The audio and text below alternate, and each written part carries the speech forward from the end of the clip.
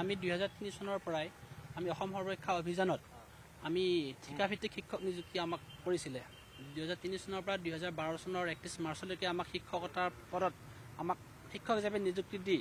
এইখন চৰকাৰে আমাক বিভাগীয় কৰ্তৃপক্ষই কোনো ধৰণৰ আগজাননী নিদিয়াকৈ আমাক শিক্ষক পদৰ পৰা আঁতৰাই দিছে যেটো সময়ত আমি উচ্চ শিক্ষা লাভ কৰি থকাৰ সময়ত আমাক শিক্ষক নিযুক্তি দিয়াৰ পৰিপ্ৰেক্ষিতত আমি উচ্চ শিক্ষা লাভৰ পৰা বঞ্চিত হ'বলগীয়া হৈছে এতিয়া এনেকুৱা এটা সময়ত আমি উপনীত হৈছো আমাক চৰকাৰে আমাক এই চাকৰিৰ পৰা অব্যাহতি দিয়াৰ ফলত আজি আমাৰ 3559 গৰাকী সংযোগী শিক্ষা কৰ্মীৰ এতিয়া পানীত হাঁহ নচৰা অৱস্থা হৈছে আমি উচ্চ শিক্ষা ল'বৰ আমাৰ এতিয়া যেটো বয়স পাৰ হৈ গৈছে লগতে আমাৰ অন্য বিভাগত আমাৰ চাকৰি পাবলৈ আমাৰ বয়সৰ দেওনা পাৰ হৈ গৈছে গতিকে মুখ্যমন্ত্ৰী মহোদয় আমি এবাৰ দুবাৰ নহয় 2012 চনৰ পৰা আমি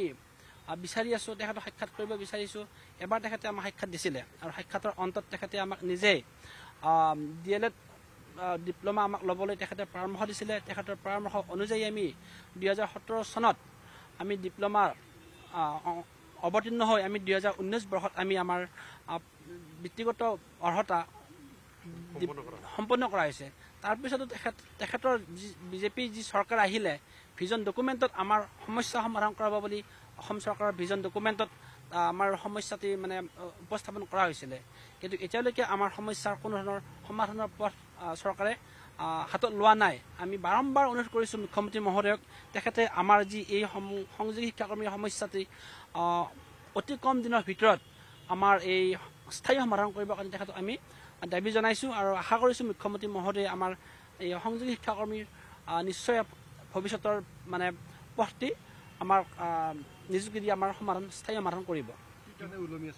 দেখিছো আমি যিমানখিনি আমি কষ্ট কৰিছো বা আমি বিভাগীয় কৰ্তৃপক্ষৰ লগত আমি অহা যোৱা কৰি আছো বা আমি আলোচনা হৈ আছে আমাৰ মানে আমাৰ তেখেতসকলে আপোনালোকৰ চাম আমি বুলি কয় হৈ আছে বুলি কয় এতিয়া তেওঁলোকে পঠাইছে কিন্তু যোৱা 10 তাৰিখে এখন লেটাৰ পঠাইছে আমাৰ ডেপুটি সেক্ৰেটাৰী বাইদেউ ৰূপাশ্ৰী ভট্টাচাৰ্য বাইদেৱে মিছন দিয়ালৈকে পঠাইছে কিন্তু দুৰ্ভাগ্যবশতঃ আমাৰ অসম সৰ্বশিক্ষা অভিযান মিছন কাৰ্যালয়ৰ পৰা তেখেতসকলে আমাৰ ৰিপৰ্ট আমাৰ যিখিনি তথ্য বিচাৰিছে তথ্যখিনি দিবলৈ তেওঁলোক অপাৰক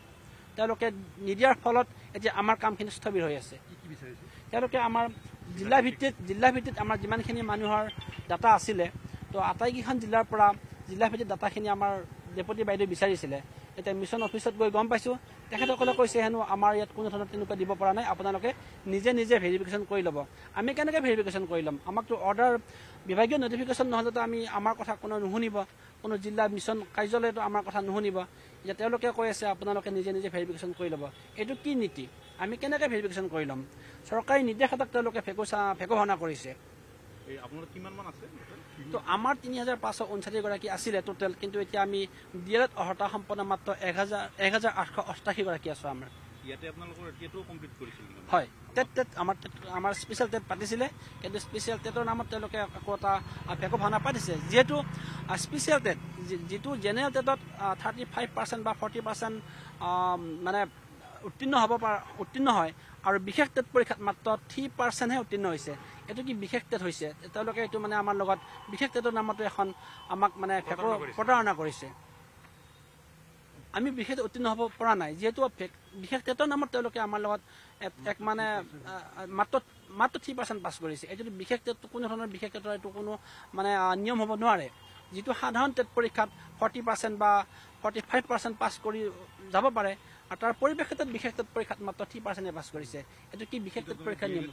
আমাৰ ডিএলএড পাছ হৈ আছে আপুনি বিচৰা বাতৰি পাব কেৱল নিউজ 18 এপত নিউজ 18 এপ ডাউনলোড কৰিবলৈ স্ক্যান কৰক এই QR কোড গুগল প্লে ষ্টৰতো পাব এই নিউজ 18 এপ